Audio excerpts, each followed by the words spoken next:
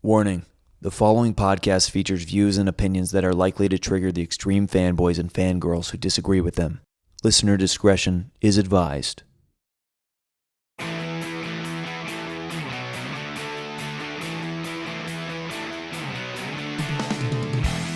Well, you knew we would end up here eventually, right? Hot Takes with Billy Biz, the final season. We've done Star Wars Episode 1, The Phantom Menace. We've done Star Wars Episode 2, Attack of the Clones. And now Ron Swallow from Reboot It and stand-up comedy fame joining me. Ron, we're doing it. Star Wars Episode 3, Revenge of the Sith.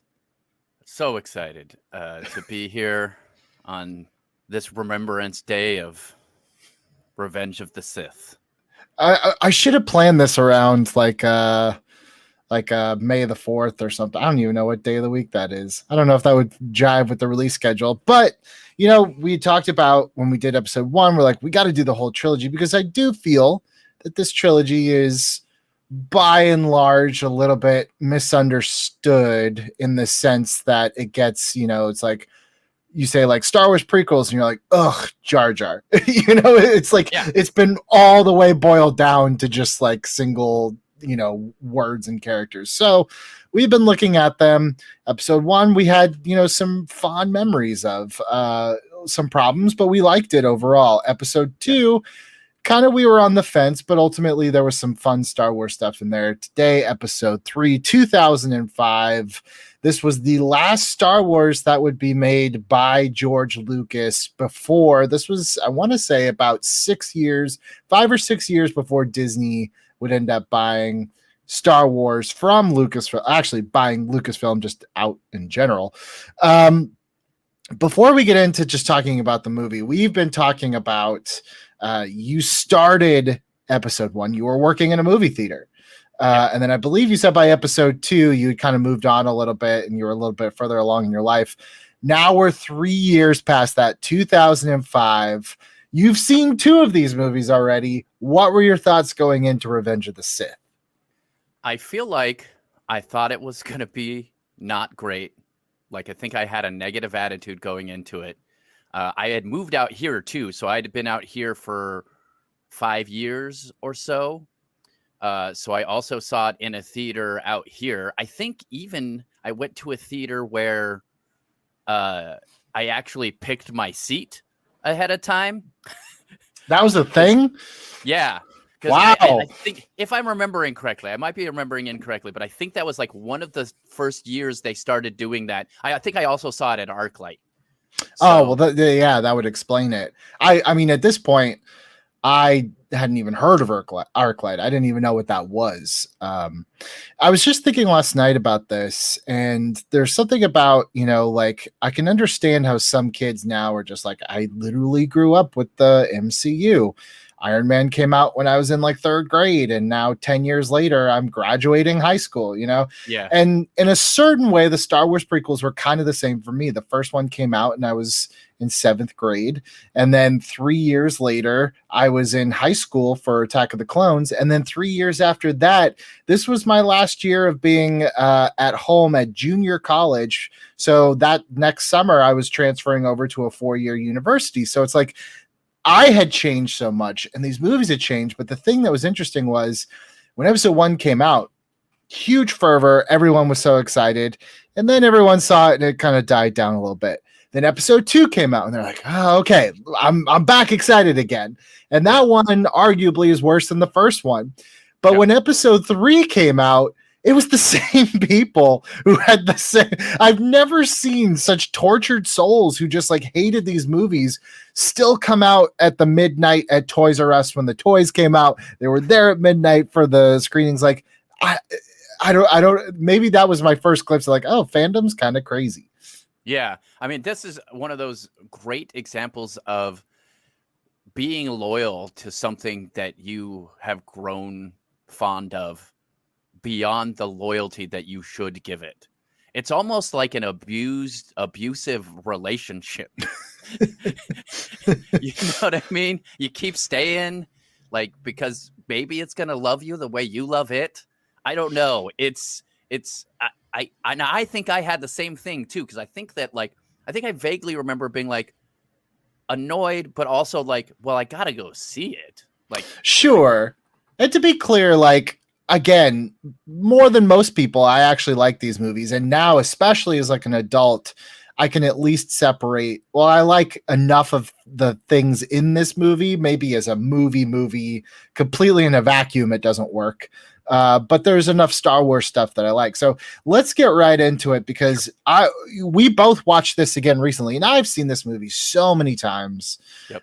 I spoke of this. There's an episode, I think 2 seasons back on this show, where Ken Knapsack and I ranked every Star Wars, and I ranked this one fairly high. It's one that I would put on multiple times. But for some reason, this last time that I watched it, I had a little bit of different of a takeaway, and I want to talk about that. But the one thing that really grabbed me the first time I watched this is the first 25 minutes of this movie is so long. I was like, what are we doing? The story hasn't even started yet, and I'm almost a half an hour into this.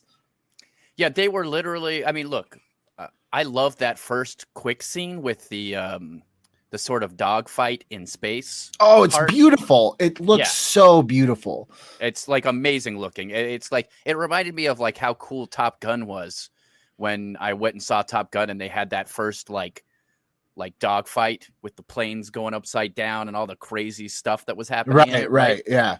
But like, then you're like, then they do another thing, and they're on the thing, and then they're doing the elevator scene. The elevators. Oh my God, we're up and down and up and down. And the thing that struck me was like, okay, the thing is like R2-D2 gets this cool little moment, and it's just like, but we don't need to see R2 have any more cool moments. He has 6 films or 5 films already. The story is not about him at this point. Like, why are we going out of our way for the cool hero R2 moment? And that's what this first half hour feels like.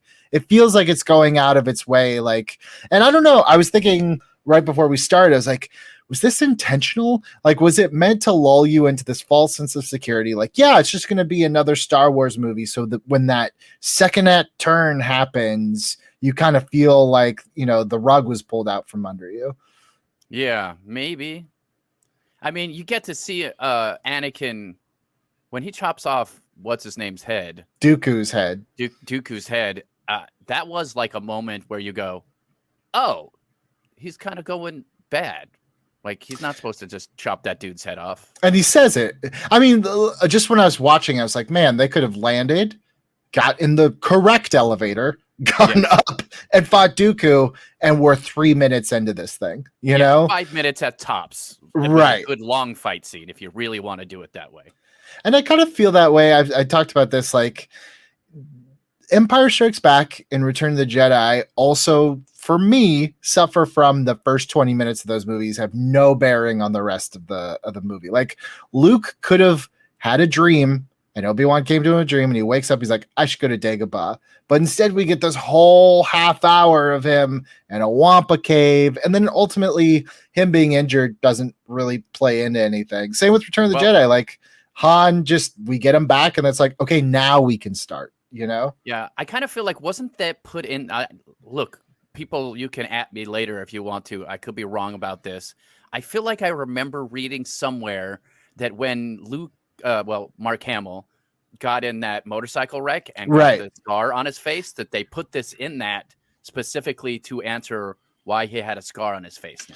I would just think, like, I don't know if that's true, but I don't know if it's true either. I've also like heard that, but it's just like, or just, you know, I can assume it's 3 years later. Like, damn, you must have gotten into some scraps in those last 3 years, you know, like something must have happened. Long story short, I do think that like this movie just, it starts and it takes its sweet time. And I'm like, okay, why? That's the first question I asked myself last night. I was like, why is this movie waiting so long to get to the meat? And I think there's a couple theories. The one was what I just said, which was a deliberate attempt to make you feel like you're just watching any of the Star Wars movies before they're like, but we're going to turn this on you, like lull you into a false insecurity. Theory 1. Theory 2, which is probably more likely, which is it was a very odd choice. The timing of all three of these movies in terms of Anakin's story is very odd, because we end the last movie saying like the Clone Wars are about to start, and we jump into this movie and the Clone Wars are about to end. Like there's a whole big thing that we missed. And so it's just like, crap, we have to show that Anakin's a great pilot. Crap, we have to show that Anakin and Obi-Wan are like good buddies that chum around. Crap, we have to show that Anakin is gonna, make some choices that go against the Jedi. And you have to like fill in all this character work, like right up. This movie's very front loaded. It has to be. Well, and that's the power of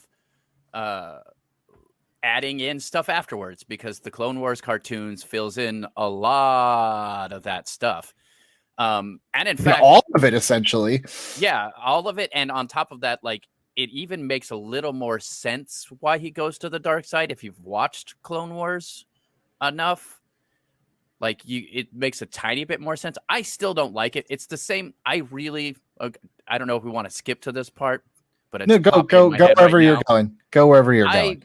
I dislike the do anything for love trope, because what that tells me is that you were a bad person to begin with, and if you were a bad person to begin with, you were going to go to the dark side anyways. Because Billy, I love my girlfriend. She's one of the coolest people I know on the planet. She's funny. She's hilarious. If I thought she was going to die, if I didn't kill a bunch of children, I would not kill those children. And guess what? She wouldn't want me to, because she's a good person too. So like, right. I have a huge problem with that. I don't like the idea that Anakin is like willing to kill everybody just so he can keep Padme alive. Let's talk about that, because you and I both danced around this in our episode 2 discussion. We're like, we'll get to Padme because woof, there's some red flags. And yeah, this movie, I brought up this term in the Age of Ultron episode, but this movie nerfs Padme to the point where it's almost a different character. Because the fact of the matter is, I understand, if she's pregnant, which by the way, worst doctors in the galaxy. You don't, as a new father, you do not get that far along in a pregnancy and not know that there are twins in there. Like that is just straight up negligence. You can fly through space, but you can't use some kind of. You can't look into the. Yeah, you can't look and see the sonogram to see that there's 2 babies in there. Come on. But the thing is, like, I understand that, she can't be running alongside with a blaster this time. She just can't. And that's really not my issue with her. My issue is at the very end, where she goes and she confronts Anakin on Mustafar, and she says, Obi-Wan said terrible things. She said, you killed younglings. And he's just like, I don't want to hear any more about Obi-Wan. Doesn't deny it. And her reaction is, let's just run away and forget this happened. I'm like, that is not who you've been this entire time. And how do you know he's not going to kill your kid someday? Yeah, he almost did. Yeah, he started choking her out. Like, it's just one of those things where, like, they're trying to. This entire trilogy is trying to sell us on the idea of a guy going slowly to the dark side. But what it sold me was a guy who was a jerk, who then decided to just keep being the worst jerk and then become a maniac. Like I never saw a slow descent into, darkness. Like if they had shown more stuff with, like, the Jedi's failure to save people, the Jedi's failures to do things this way, to bring order to the galaxy. And it just kept getting more and more chaos. And he's caring about other people so much that it makes him kind of go dark. Like, okay, this isn't working. We're not saving people. I want to save people. How do I save people? And it includes Padme in that somehow. Like, sure, that can be an added thing in there where that may be the tipping point. But then I wouldn't say that I still don't think killing kids was the best. Yeah, It's just because it's the bridge too far, honestly. yeah, Because on it, when I saw this movie, I remember my mom was there with me when we saw it, and I was like, man, I can't believe that they showed Anakin like a man just burnt flesh, like on fire. She's like, really? I could believe that. I can't believe that they showed him killing kids because I don't. And at the time, I was just like, yeah, but he's it's fine. He'll be redeemed. And that's why I said, like, now I have a daughter, and it's just like and honestly, I should say, like, it doesn't even matter that I have a kid. Like, it just, as an adult, I'm just like, yeah, there's no coming back from killing a kid. Because like, in my head canon now, and by the way, I realize on the show I throw out a lot of terms that maybe some people don't understand what they mean, and I just take for granted. Canon just means within continuity. If something happens in a novel and it's canon, then that means that it's officially part of the story. It's not something that's just like, oh, it's just for that book. It counts. So headcanon is something that you make up something in your head that is not specifically seen on screen, but it in your mind that officially happens. And in my headcanon, the only way that I can watch this movie and like feel okay about Anakin being redeemed 3 movies later is that when that little kid, the cutest little British kid I've ever seen in my entire life, comes up to us and says, Master Anakin, what are we going to do? And Anakin ignites his saber. In my headcanon, he then turns it off, walks out of the room, and clone troopers come and do it. And he just doesn't stop them. It's still awful, but it's less awful. Yes. Yeah, that would help. Or even if they just like Anakin's busy fighting some other Jedi, like adult Jedi, and they blow up the temple. Right. I don't know, or the kids' ward, the clone troopers do it. Like, then we see that awful things are happening and we see Anakin killing adult Jedi. That would be fine. I'm okay with that. It has to be that, or else I can't enjoy these movies. At least they can defend themselves. Like, it's just one of those things where you're like, oh, it was just like, but it's so indicative of like the thought process of George Lucas, where it's just like, what's something I could make people really, really angry about that he would have to be redeemed? What if he kills a bunch of kids? And I just feel like at that point, there's no one there to be like, I remember that scene from Batman Returns where that's the Penguin wants to kill those kids, and that one clown that's in his little posse is like, Penguin, isn't killing kids a little much? Like, there's no one there to stop George from being like, Darth Vader's the most iconic villain of all time, but you are pushing him in a direction where it's just like, it's icky now to be a fan, Well, it's so important to have people who tell you no. I think about a lot of comedians that I've seen and who've gotten the kind of fame. Like, I think Joe Rogan is a great example of this. And look, people who love Joe Rogan, and I'm not like criticizing you for liking who you like, but nobody tells Joe Rogan no. He gets to do whatever he wants, say whatever he wants, and that can be a good thing. But it's also a bad thing because you just think you're right all the time. And I think that happens with a lot of these guys who get super famous, and their friends, like even Adam Sandler is a great example of that probably. When he had some of these ridiculous ideas for those movies that weren't that good, nobody was like, hey, Adam, don't do that. Let's make this funnier. Let's make this less ridiculous or whatever. Nobody told him that. And I'm 100% sure that happened with George Lucas as well. It's like, yeah, you're the god of Star Wars. Do whatever you want, man. And that was a bad decision.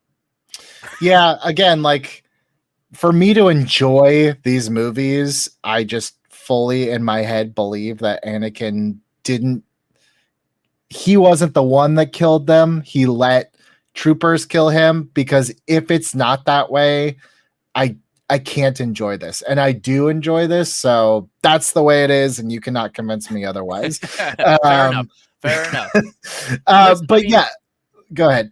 Well, I was going to say, this is the one thing that's been consistent through all 3 movies is you did get lightsaber battles that you've wanted to see forever. The cool, definitely amazing lightsaber scenes that you've been picturing in your head since you watched the first 3 Star Wars movies, and were like, why can't they? I think they could have even cooler fight scenes, and then they did. I remember at the time I was very like nitpicky, like, oh man, I wish Anakin had like tossed his lightsaber away, and it's like I built a new one, and so it was red, his red saber versus blue. So it's like, oh, blue on blue. Such a fanboy nitpick that doesn't matter in the slightest. But yes, the Anakin Obi-Wan, again, like here's where I fall with Revenge of the Sith. For every super cool thing, there's like one like drawback, which is like their fight is awesome. Maybe it goes on a pinch too long, but it's awesome. They're jumping and flipping all over the place. Anakin's running up like a 10-story antenna thing. Yeah. So the end is so anticlimactic when you watch them do all of these amazing tricks, and then he just jumps off the little boat wrong, and then in one slice somehow cuts 2 legs and an arm off. Like I've tried to like figure out the physics of that for 15 years and couldn't figure I've got the high ground. Which honestly, look, I don't know better. If you sell it to me that that's like a real thing and a real, strategic position, okay. But don't show me 5 minutes before the amazing leaps that he can do. Because it's like, dude, you just jumped over a satellite antenna and swung like Tarzan on another little teeny tiny robot pad, and you can't jump into the Sandlot? Come on. Yeah. He could have jumped to the side, for instance. Anything. On the slope of the volcano. But no. But, I mean, I guess they're trying to sell you on how cocky he's become because of the dark side, I guess. You're right. I guess that's what they're trying to sell you. And look, since we're at that scene, I'm just going to talk about one of the things that has always bothered me. Like, if I'm forced to fight my best friend Lance or Ed, let's say I'm forced to fight Ed, and then he's on the slope of a volcano, and even though he's done some of the most horrible shit that is possible, and then he starts to be on fire, you know what I don't do? I don't just walk away. I go and put them to a quick death. I'm not letting my friend who's become the worst enemy, but also still my friend, suffer by being on fire. I mean, it's the curse of the prequel, which is like you're kind of bound to Obi-Wan's actions are bound to what we know. It's like that's the kind of the interesting thing about Revenge of the Sith is that this movie has like this sense of dread and this sense of after the first half hour, this sense of urgency, because we know how it's going to happen. And I remember they were really trying to be coy about Palpatine and Sidious. It's like, guys, like we know what we know, it's the same guy. You don't have to trick us. But yeah, look, I think ultimately that element that you just talked about of Obi-Wan not doing, the honors, so to speak, is going to play big into his Obi-Wan series on Disney Plus, which is I should have, done something different. And that's kind of like an interesting just point in Star Wars in general, which is you have these films, but to get the whole stories, Star Wars is so multimedia. And I want to bring up, I think probably the best Star Wars novel that exists, bar none, is Star Wars Revenge of the Sith novelization by Matthew Stover. It's so good that there are Twitter accounts dedicated to just tweeting out excerpts from this novel. And what makes it so good is a lot of these problems of just like Anakin seems like a schizo, he's kind of all over the place, or this doesn't make sense, or why would someone do that? All of those are in this novel and more. It's like every time I've read this novel like 2 or 3 times, and each time I'm just like, it's all here. It's all right here. It's just not on the screen. Great. Now I'm going to have to read it because I think it's one of the only Star Wars novels I have not read. So. Ron, if there are 100 problems in Revenge of the Sith, this novel fixes 98 of them. That's like amazing. how great it is. Yeah, Because you get to see inside of his head, though, right? I assume you're getting to hear his thoughts. Yeah. There's a great, after he becomes Darth Vader, it's kind of like as things are slowing down, there's just one little like 2-page chapter, and it's just starts with, "This is what it feels like to be Anakin Skywalker. Your arms don't work. You cannot breathe anymore." And it goes into this detail of like, you feel what it must feel like to be in that suit. And it's like, this is what it feels like to be Darth Vader. And you're just like, damn, I wish that somehow you could communicate this visually in a film, but you can't. But this helps so much more. I'm just thinking about the no at the end now. Here's the thing. I know it's a very popular meme, and it never really bothered me. It's like, okay, look, people are like, ugh, when he comes off and he's kind of walking like Frankenstein. It's like, yeah, he doesn't have real legs anymore. Like, it's probably hard to walk, and the no doesn't bother me. I mean, all this, I think Star Wars is like steeped in melodrama as it is. So anytime that something's like a little too operatic, I'm just like, all right, well, sure, all right, why not? Yeah, let's talk about the lightsaber now. We've talked a lot about kind of like the shortcomings of this movie, and we'll probably circle back around. But I do want to talk about some of the stuff that I really like about this movie, namely a character that we knew was going to be big, but has been waiting in the wings for 2 movies, and finally Ian McDiarmid gets to flex his muscle, his Palpatine, and boy, does he deliver. Like, I think Ian McDiarmid's performance in this one Star Wars movie might be the best performance in all 9 Star Wars movies. He really does kill it. He is acting his ass off, and is so manipulative and calm, but also psychotic when he needs to be. Like, it's just, the guy really did nail that part. I don't know what. Yeah, what else you could do. I mean, the scene, the opera house scene, which may be my favorite Star Wars scene of all time. Delivering, have you ever heard the story of Darth Plagueis the Wise? That sets everything in motion. That tells you everything that you need to know about that character, about that movie. And then a couple scenes later, it's really great. Again, this is where like I've read the novel and it kind of fuses into my memories. But when Anakin goes and he fit the densest meathead in the world, where he's just like, "You're the Sith Lord." It's like, yeah, he's only been talking about the dark side for the last 5 minutes. Where do you think he knows all this stuff? Right. But in the novel, they do such a cool thing where Palpatine's like, or Anakin's like, "I'm going to arrest you," and Palpatine's like, why is not believing what you believe a crime? You don't think I'm doing it? Like, I've been your friend. No one has helped you but me, and you're going to arrest me just because they tell you I'm the enemy? Like, that's such a great, yeah, exactly. I'm telling you, this novel's great. Yeah. That's a great line. I mean, that's manipulative, and it makes some sense. It's true. It's 100%, like, it's 100% no one, true.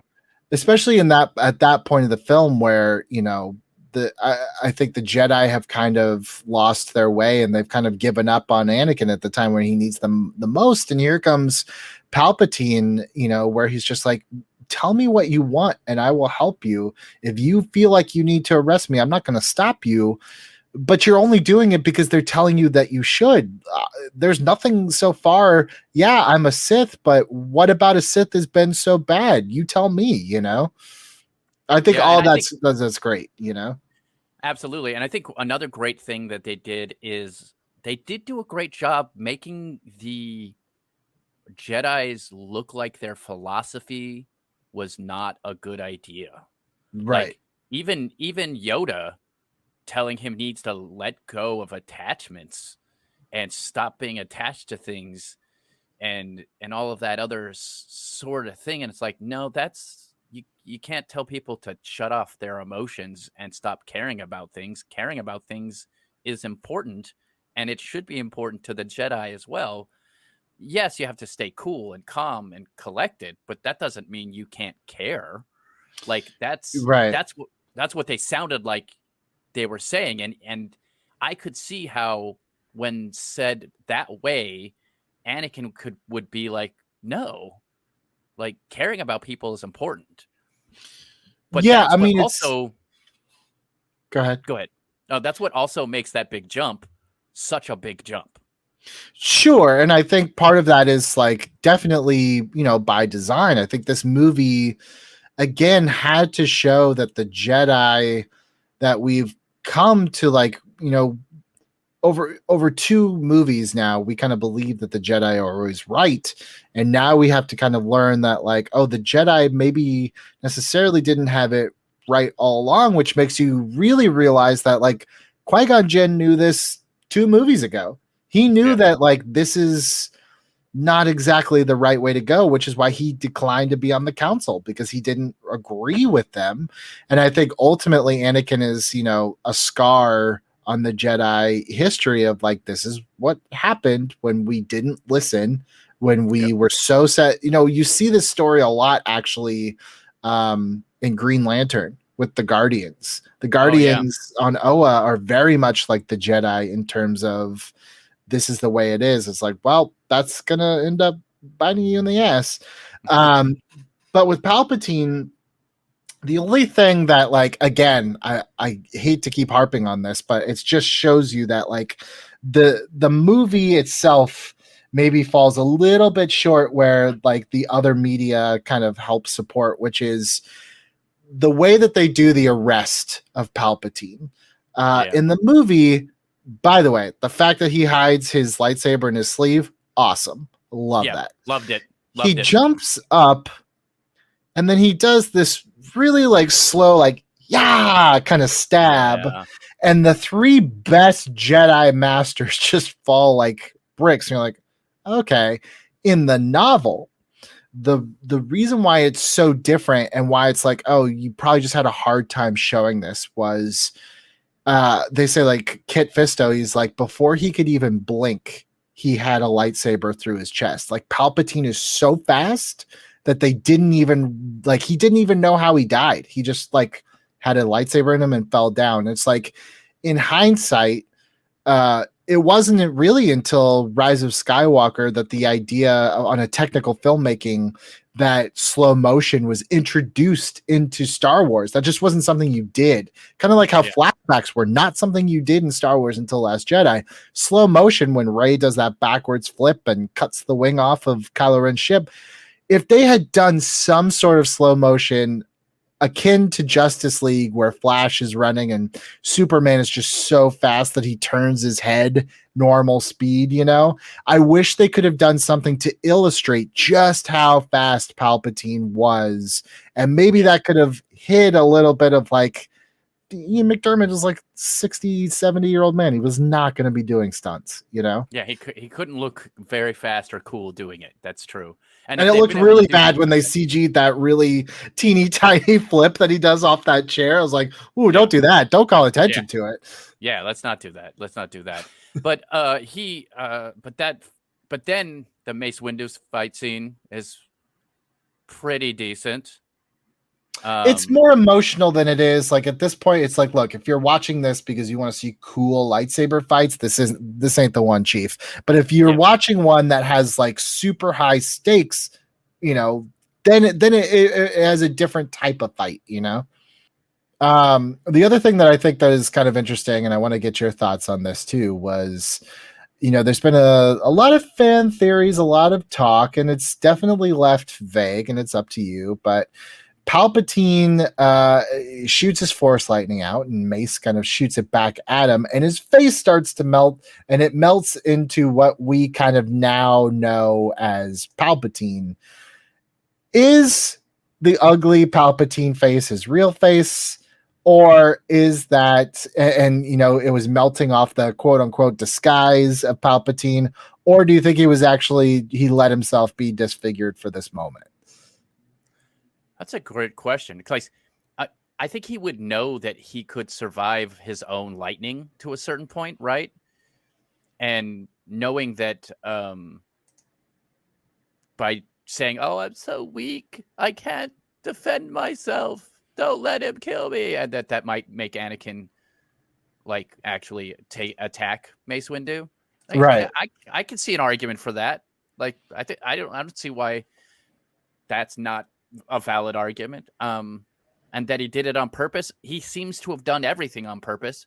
And I gotta say, when you look at all three movies and you look at the idea that the entire time Sidious has basically created a war with one side making up, like literally he made that happen on the bad guys, the separatists or whatever. Like he created a war. It's like when that whole quote where like you'll see a movie, like it's a trope where a drug company creates a disease that they already have a cure for so that they can make money. It's the same thing. He created a war that he had a cure for that would give him all the power he wanted. And I think that's actually pretty cool. Like I thought that was a pretty cool plot idea. I mean, could it have been done better? Absolutely.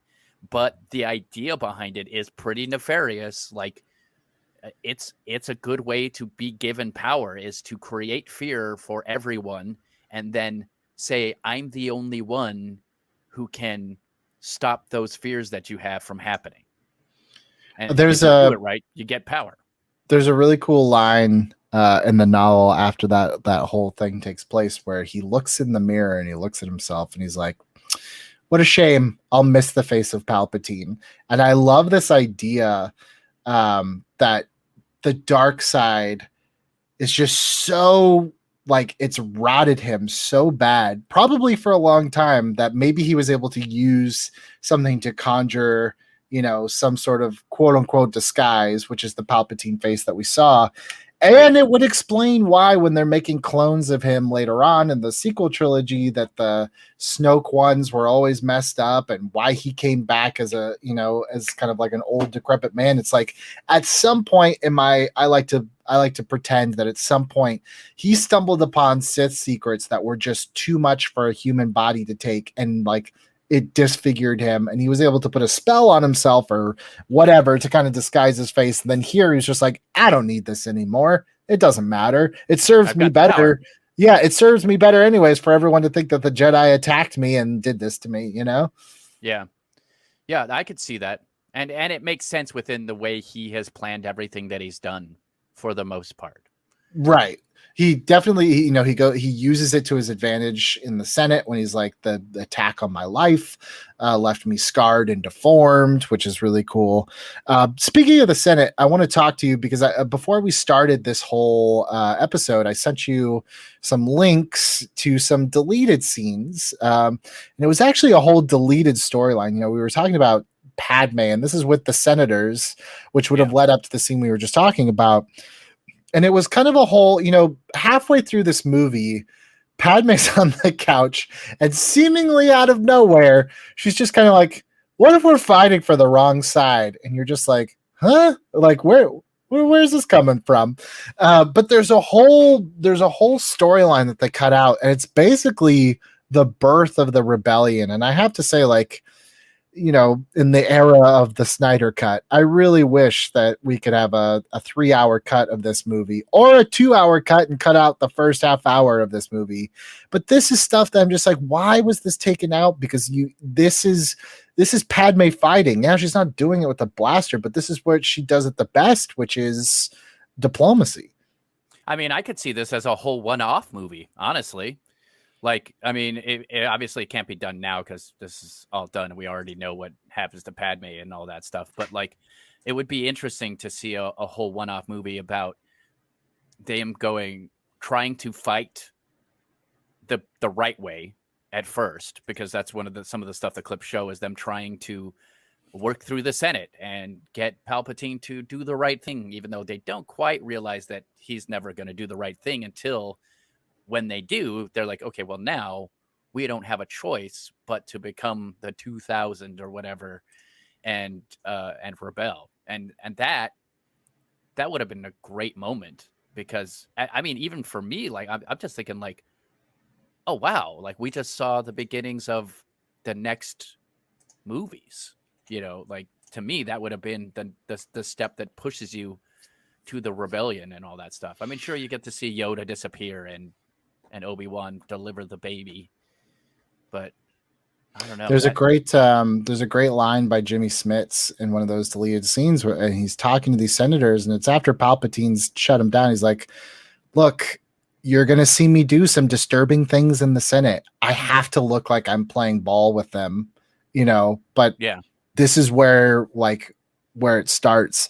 And really, I think, Jimmy Smits kind of comes into this movie, and he'd been a background player in the last one, but like he becomes a really important character. Definitely, seeing the seeds of the rebellion and how, he's the father and Mon Mothma would be the mother of the rebellion. Like, this is all stuff that I just feel like was more pertinent to what should have been in the movie than like the elevator up and down gag, Yes, that would have been much better. I mean, it's less action fueled. Definitely. But it would have been a better story. And maybe he was, maybe George Lucas, no, he wasn't pushed to do anything. Maybe he just wanted to have more action in it. And I guess that's... there's definitely, I think George, is faster, more intense. And maybe this was just like, it didn't necessarily, maybe to him, it didn't seem like a story that needed to be told. Fine. But it also is just like, it takes away a lot of agency for Padme, which is a character that we've now invested a lot of time in. And when she doesn't have something like this to do, she's relegated to being the nagging wife, essentially, Yeah. The nagging wife and the linchpin to a guy going insane, I guess. With some of the worst dialogue in all of the prequels, which was I don't even understand what they were saying. It's like, well, are you blind? Well, maybe it's because I'm like, what are you talking about? What is this? What is happening? That's what George Lucas thinks is love. Is he married? Does he have kids? What is he is married? He's twice married. I guess that makes more sense now. Because it's just like, that is terrible. Like, it's really bad. It's really, really bad. And luckily, it's relegated to like one or two scenes as opposed to like the crux of a whole movie like last time.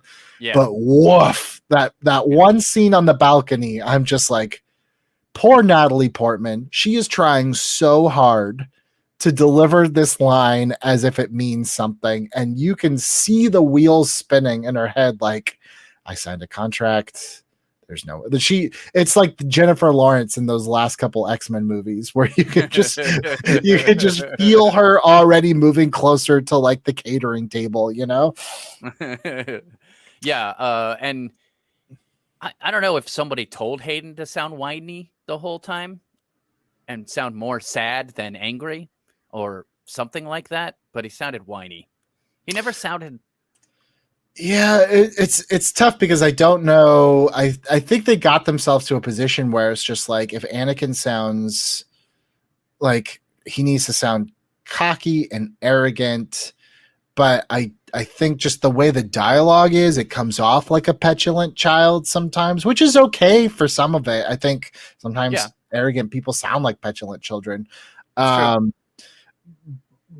I definitely think that it's just like, I don't know how Hayden Christensen is as an actor. I don't, because I can't judge him based on these movies. He was given bad direction. Besides, like, we all know Ewan McGregor and Natalie Portman and Ian McDermott are great actors, and that's just what they are. And whatever they're in, they're going to be great in. But like, I've seen Hayden Christensen in a couple other things, and he was perfectly serviceable. I wouldn't say he's amazing, but he was perfectly serviceable.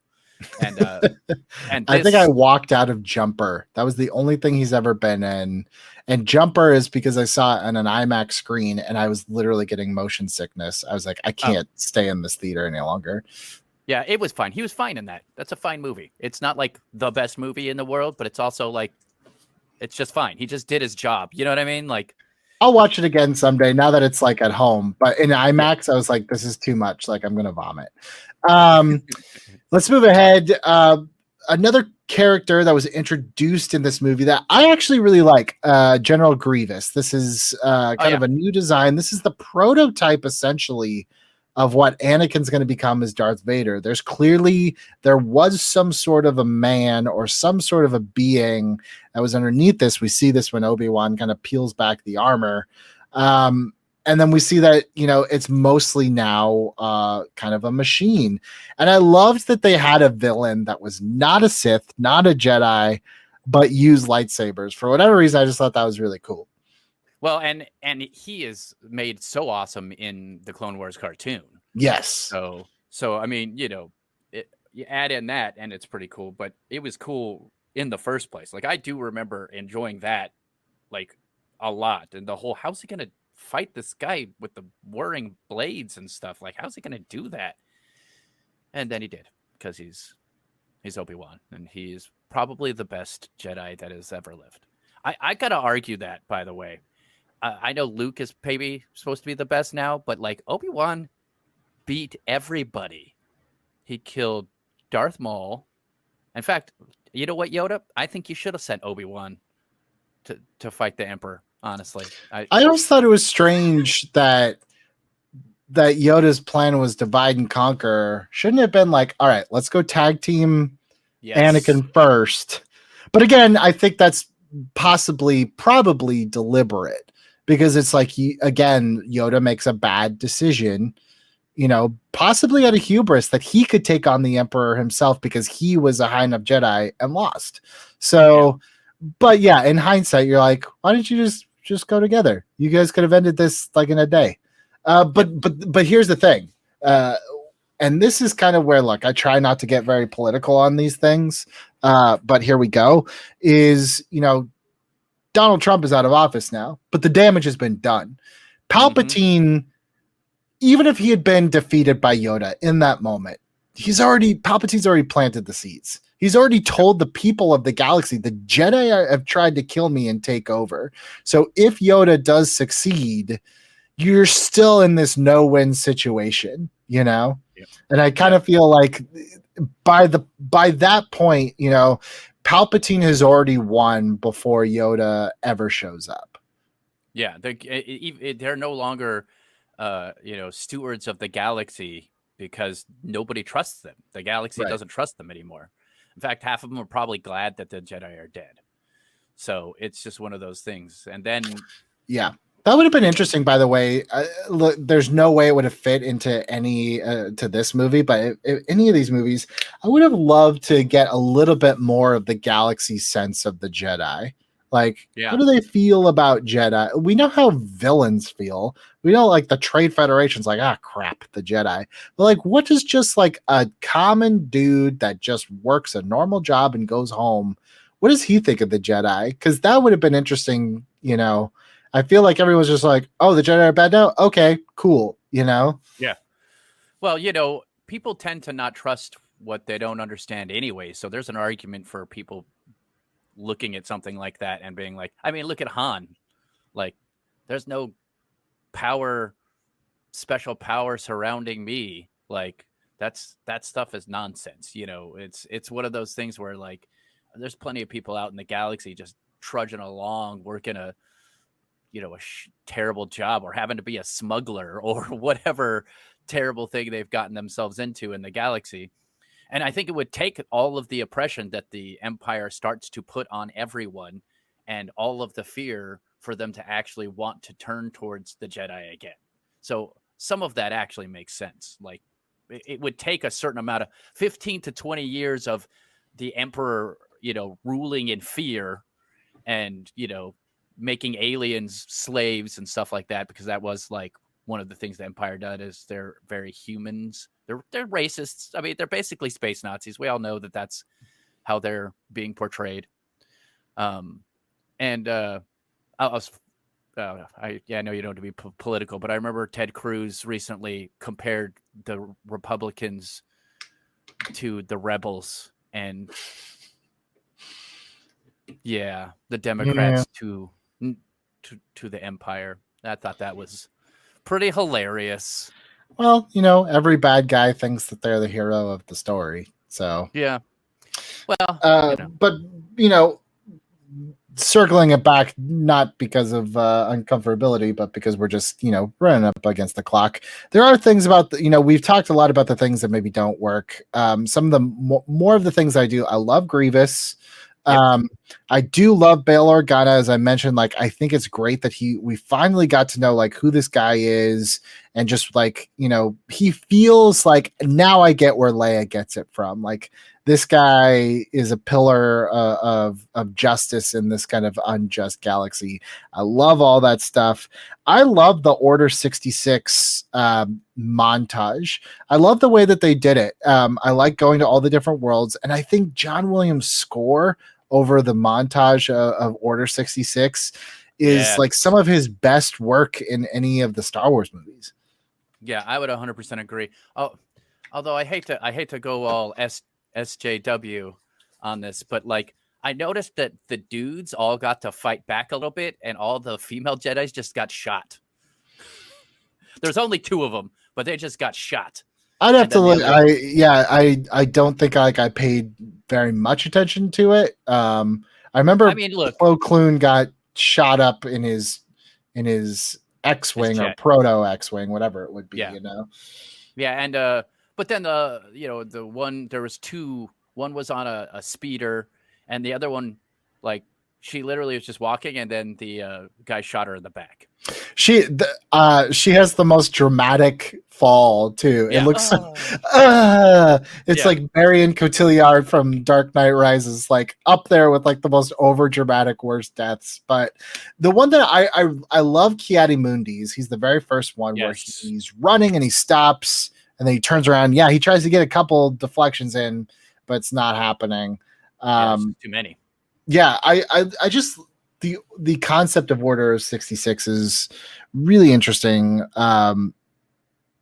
It was probably the only thing that, like, this movie going into it's like, somehow the Jedi are going to get screwed because there's none left. But it's just like, that was a cool way to do it, is that it's been implanted in these clones since the beginning. So these guys that we've started to come to know, and especially, years later, once you watch the Clone Wars and you realize that like a lot of them are really cool, like it's definitely a betrayal. Makes sense. You were talking about fear and Palpatine ruling through fear. I think that to me makes sense why he would discontinue clones and go with humans, is because it's much easier to rule someone, who's you're not going to get their programming. Someone's not going to hack them and do their own Order 67. Rule a human by fear. So that all tracks to me. I also love, while we're talking montages, I think the last like 2 minutes of this movie, all Star Wars movies kind of end on these musical montages with no dialogue. This is hands down the best ending to a Star Wars ever. Like, it's simultaneously super dour and like really sad, and then you just end, but you still end leaving like, here we go, like the shot, like it's a new hope. It's like, let's go, let's do it. Well, they copied that same shot, right? Isn't that the same shot? Like, Luke is standing up there with the sun behind him and all that stuff, and that's Owen standing up there with the sun behind him, but holding Luke. That's friggin' rad. That was super rad. I noticed that I watched it last night, literally, and I was just like, oh, okay, well, I certainly like that literally leads into the first shot of Star Wars, basically. So, I mean, and I love, like, look, I understand it doesn't make sense timeline wise, but I just like the concept of, Vader and Palpatine kind of standing on the bridge together, watching this Death Star being built. I understand that doesn't make any sense, and they've had to really like, oh, well, that was the first prototype and that didn't work, so then we built 5 other ones, because you have a 20-year gap. But even just seeing in that small amount of time, that wide establishing shot of them in space, like, it's not quite TIE fighters yet, it's not quite a Star Destroyer yet, but you just start to see like, oh, this is how it kind of like gradually changed into the Empire that I know from the original trilogy, which I just thought was so cool. Yeah, well, and it felt like it was like maybe the Emperor's now in charge of that more, and he's like, I need these ships to bring fear to people, make them look scary. And Which they like, do, yeah. yeah. And then that's what ended up happening. And I thought about that too. I thought that was cool. Yeah, there's so much cool stuff in that last, like, there's another deleted scene. I didn't send it to you, but it was part of that montage where Yoda lands on Dagobah. I wish they would have left it in. Oh yeah, what is it? What did they do? It's literally it's just like his pod. He's in like an escape pod, and it just lands on Dagobah, and he steps out and he looks around and he sighs like, okay, I guess this is where I live now. Like, it's like this very just like defeated sigh, and just kind of like, I guess this is where I'm going to wait. Like, he doesn't say anything, but it's so perfect. And Rick McCollum, who produced the prequels for George, was always like, someday I'll get George to put that one back in. That's cool. I mean, we'll probably see something like that at some point. Disney is definitely going to be like, oh, hell, how about we do re-releases of all of these movies or something at some point? Snyder cuts. Yes, some Snyder cuts of it. Oh, please no. Please no. I want to tell you what I thought was I found interesting in the last, since I've been doing these with you and rewatching them with you while talking about them. Yeah. I think I realized that, because if you had asked me what my favorite of these three movies were, I would have said Revenge of the Sith. Same. But now I'm thinking I would say Phantom Menace. Same. I'm in the exact same boat. Yeah. After talking with you about these, I realized that Phantom Menace is the one that works the best for me, that I like the most. And Attack of the Clones is still worse. And Revenge of the Sith is second. Revenge of the Sith. Look, I know this hour has been like dissecting a lot of the things that didn't work, but ultimately, like, this was one that I enjoy a lot. I put it on a lot. There's visually, it's like so crisp. I like a lot, like I said, this feels a little bit the same kind of feeling as like Infinity War, where when you start it, there's just this intangible sense of dread that I kind of just find very interesting and I find like compelling. But in terms of just like a satisfying story, in terms of like just getting to know this galaxy a little bit more, you're right. I do kind of gravitate, even just like, look, I'll be quite transparent. Even the nostalgia factor, just it amps up more for me for Phantom Menace. Yep, I agree 100%. But I will say that I still overall like Revenge of the Sith. There are problems with it. And this is the thing, now that I've been with Ed and Bill talking about WandaVision and the Snyder Cut and a bunch of other movies and TV shows, I'm starting to look at things the way a person who wants to make things looks at things. And that ruins it sometimes for me. A little bit, yeah. Yeah. I sometimes I can't have as much fun because I go, okay, well, that doesn't make sense because of this, and this is not really key to the story. It doesn't do anything. Just like that part with R2-D2 that we talked about. But I can still overall look at this movie and go, like, it's a Star Wars movie, and I enjoyed it. Like, and when I went out of the theater after this, though there were parts that I was like not super happy with, I kind of remember being like mostly happy about the movie. I definitely loved this movie. I still love this movie. I do love this movie. There's a lot that I wish was maybe a little different. There's a lot from the novel that I just love so much that maybe like I take that knowledge in with me that helps smooth over some of the rough edges. But ultimately, yeah, it's like, it's still fun to for lack of a certain term. It does bother me a lot more. The Master Skywalker, what are we going to do? That really bothers me now. If they found a way to take that entire thing out and it was just him killing adult Jedis, I would be 100% on board with this movie. Literally. I'm telling you, all you have to do is show him igniting his lightsaber, and then he walks out of the room, and like you said, maybe starts dueling like an adult Jedi, and then clone troopers come into the room, and then we cut away. That fixes so much for me. It's insane. Because I just have a really hard time now that it's like, you murdered like hundreds of innocent children. yeah, you saved your like 35-year-old kid when you were, Yeah.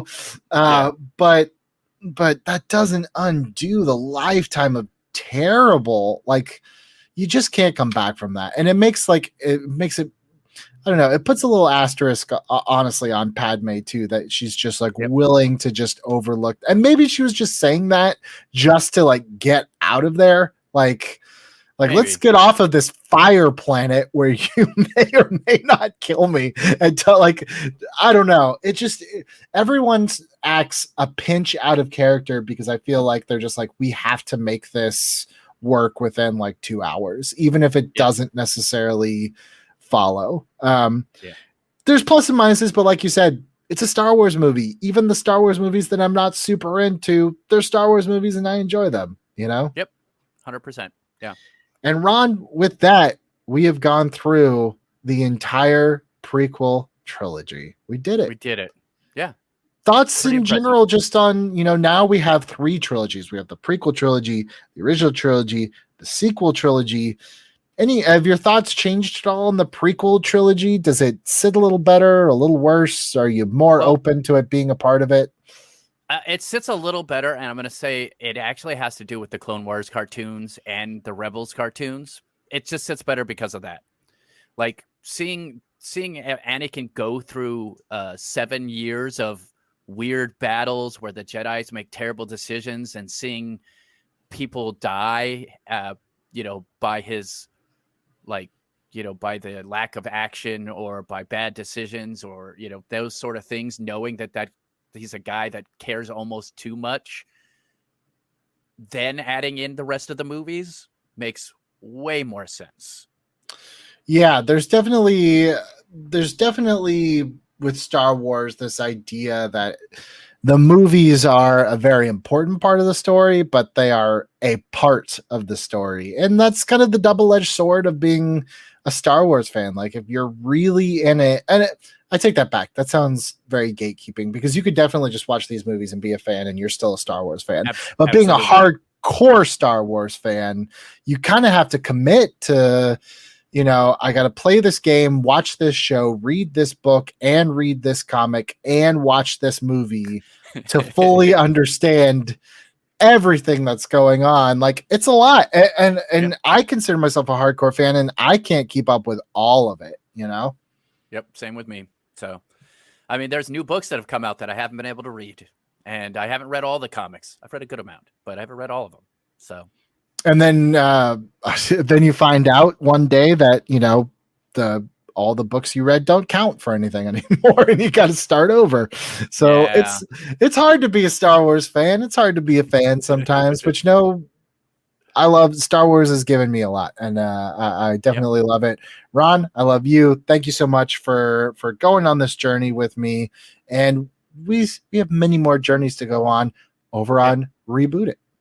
Exactly. And also, Ed and I will be dropping a new podcast very soon. I can't say the date exactly, but it will be in the next month or so, and it's going to be called The Greatest Pod. It's going to be similar to what we used to do with Nerd Goat, but it allows us a lot more flexibility to talk about a bunch of different subjects. You are on one of the best episodes, of course, talking about Batman. I recorded that so long ago, live action Batman, that I don't remember what I said, and I'm really excited to listen to it.